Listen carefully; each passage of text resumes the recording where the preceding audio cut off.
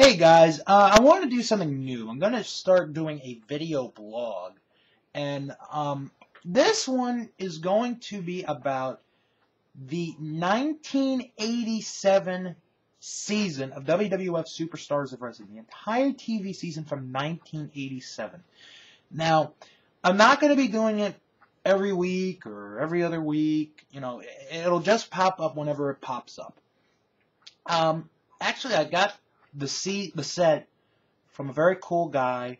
I don't want to give a quick shout out to him, and I apologize for not being prepared for this, but I do want to mention him.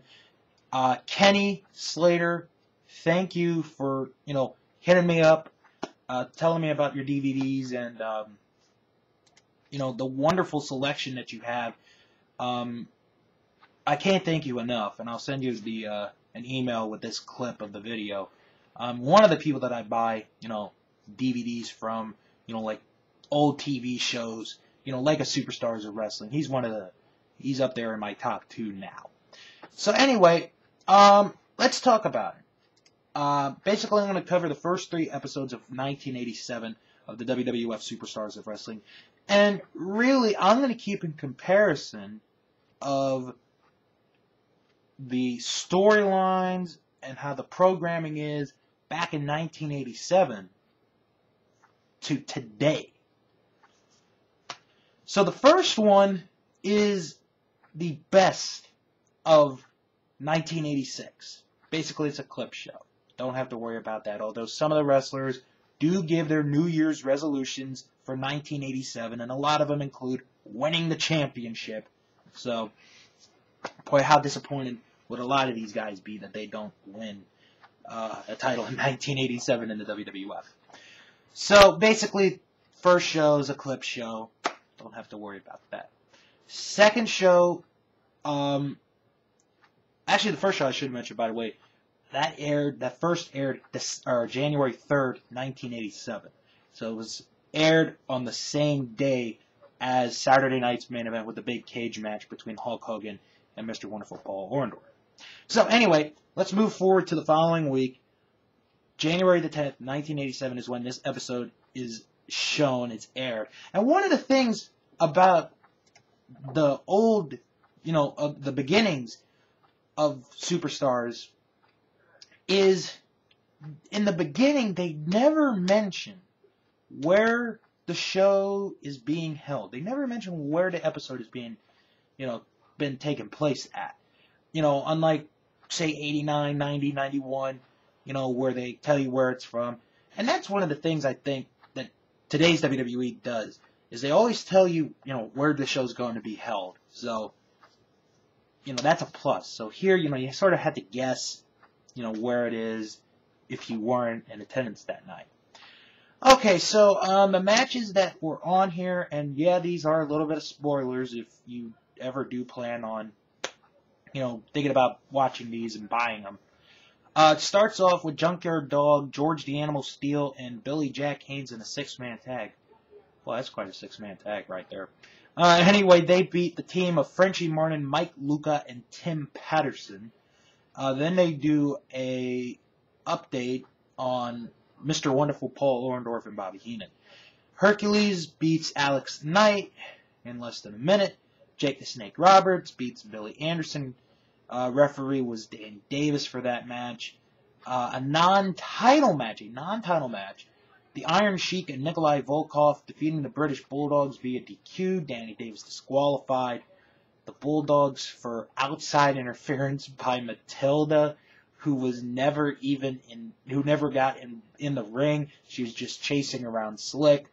So Sheik and Volkov get the win via countout. Of course, this was when Danny Davis was the heel ref back then, for those youngins who have never seen footage of this. So really, today you've got Michael Cole as the heel announcer.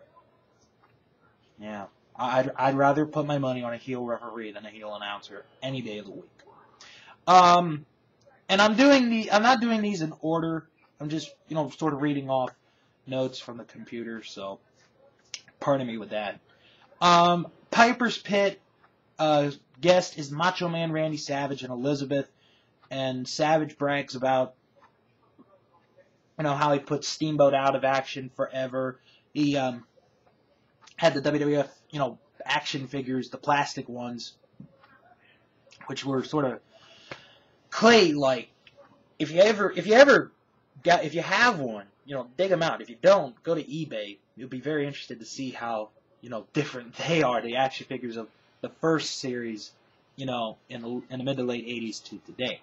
And then at the end of the pit, Piper takes out a ticket and says to Savage, you should come see Ricky the Dragon Steamboat because he's returning to the ring next week. So, let's get Savage a little bit upset. Jacques and Raymond Rougeau defeat the team of Jack Kruger and Kevin Collins. And the Natural Butchery defeats Reggie Parks. I'm not sure if this is the same Reggie Parks that makes championship belts now. Then the final episode of this first series of the video blog, was shown on January the 17th, 1987. And this is where, to me, it really caught on as far as, A, the action, B, the development of WrestleMania 3, because this episode is the first time that they mention WrestleMania 3 and the date. They haven't mentioned any matches or where it's going to be held at the time, but this is the first mention of WrestleMania 3. So the first match is Ricky the Dragon Steamboat comes back to the ring. Oh, and by the way, this is held in the Meadowlands in East Rutherford. I love that building. That was always one of my favorite wrestling arenas to watch on TV. It just looked like a great building to see wrestling at. Also a great hockey arena, too. Not Madison Square Garden, but hey, you know what? I like the Meadowlands. So anyway, Ricky the Dragon Steamboat comes back. It's the very first match. You'd figure, hey, you might want to save this to the end. Nah, they put this straight up first. He beats Barry O, who's the brother of Cowboy Bob Orton, the uncle of Randy Orton. Steamboat looks good. And Savage is not out at ringside to watch the match. And they asked him if he was worried about Steamboat coming back. And he's like, ooh, no, I ain't worried because I'm the Macho Man Randy Savage, Intercontinental Champion, yeah. So then they do another update, and right now it slips my mind what that one was about. I think it was another one. Oh, yeah, it was another one with Bobby Heenan. It was highlights of a match with Harley Race against Billy Jack Haynes. Bobby Heenan got involved at the end of that match. Kamala squashes Don Driggers in just barely 30 seconds. I mean, I loved it. I just loved this squash. I mean, the crowd was crazy for this one. Then we see the debut of Demolition. Axe and Smash. The debut of Demolition. They face the team of Salvatore Bellomo and Mario Mancini. Now, what's very interesting, two things very interesting, actually three things very interesting about Demolition's debut. One is it's not Barry Darsow who smashed. The original Smash is Randy Coley, who was Moondog Rex. Everybody knows the story by now. He got, replaced later. Number two, their hair colors are completely different. It looked like they sprayed on some silver, some gray, some yellow on the side of the head. It was very interesting to see.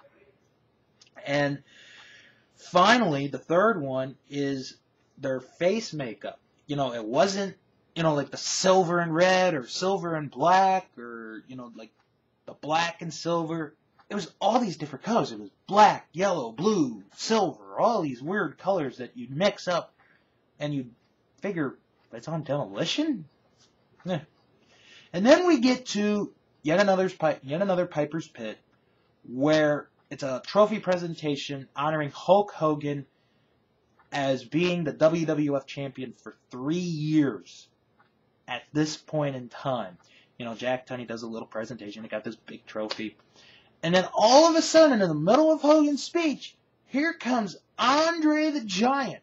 Comes back first time, in the arena, ever since the suspension thing, and actually I'm going to try and maybe go back, in the future to watch the 1986 season of Superstars of Wrestling, which really isn't that long, but and then Piper asks him if he has anything to say, and the only line is, 3 years to be a champion is a long time. And then he shakes Hogan's hand, and he shakes his hand harder than he usually does, and Hogan, shakes his hand a little bit, which was very interesting. And, of course, at the time, you wouldn't notice, what would end up being the main event of WrestleMania 3. Hercules defeats Jim Parks with a full Nelson. After that, Bobby Heenan challenges Billy Jack Haynes to come out to try and break out of Hercules' full Nelson, which sees Heenan and Hercules do a double team on Billy Jack. And then the final match, the Killer Bees, B. Brian Blair, Jumpin' Jim Brunzell defeat the team of Terry Gibbs and Iron Mike Sharp. Even though Danny Davis was a pain in the ass in the match, I thought at times watching it, because I had never seen this match, that he was going to disqualify the Killer Bees, give the match to Sharp and Gibbs. And then Ventura would have been like, this is a major upset, McMahon. They're going to be right in line for a title shot. Other stuff, there is one major thing I forgot to talk about, and I'm going to put that in a minute, but on the side note, they sort of did their version of the event center, and it was some guy who used to be in AWA, and I can't think of his name. He had blonde hair. If you guys know who I'm talking about, please tell me. I can't remember his name. So he does the interviews. On the January 3rd episode, they talk about the show that was going to be held that night in the Boston Garden, which featured Randy Savage and Bruno Sammartino for the Intercontinental title, and a bunkhouse battle royal, which is sort of infamous because Leapin' Lanny Poffo is in that match in a suit of armor. If you've never seen that, look it up. And then the 10th and the 17th, they talk about the upcoming event that would take place on February the 7th, which would include Randy Savage and Bruno Sammartino Intercontinental title match in a lumberjack match. Ricky Dragon Steamboat, does a promo, even though, the Larynx storyline goes on. Rougeau's Heart Foundation. That one is a weird promo, especially with Jim Neidhart. He asks this guy, so, what they do, the first thing they do in biology? Yeah, they dissect frogs, baby! I don't know. It was just bizarre. He must have been on some serious drugs for that promo. I didn't understand that thing. So, the one thing that I forgot to talk about in the January 10th episode, which I should have talked about, and this is a big thing. Jesse Ventura has a taped interview with Bobby Heenan talking about Andre the Giant being reinstated to the World Wrestling Federation. And, he asks him that about the lawyers and the money and stuff, and Heenan goes, boy, how about that Hercules? He is such a good wrestler. He gets that backbreaker, and, he's so strong. And Ventura can't believe that, Bobby Heenan's not talking about this. He's talking about, other Heenan family members. And obviously later on, we're going to find out what it leads up to, for the payoff. So really, in short, these first three, especially the last two, because the first one is a clip, it's a best of, so, you can sort of, I would watch it, it's a best of, so, well, I'd watch it. But anyway, the other two episodes, the 1 on the 10th and the 17th, are really slowly but surely breaking ground for what would be WrestleMania 3, in my opinion, one of the 5 greatest wrestling events of all time.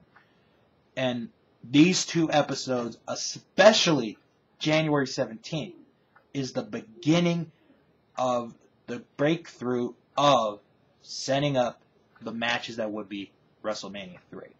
So, tell me if you guys like this or not. If you do, I appreciate it. If you don't, I'll try to make it a little bit better.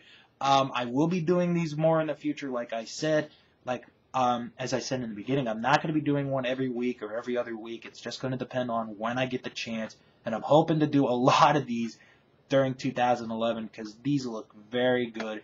And once again, I want to thank Kenny for giving me the offer, telling me, showing me the list of DVDs. So I want to thank him again. And I'll be doing more in the near future of video blogs of the 1987 TV season of the WWF Superstars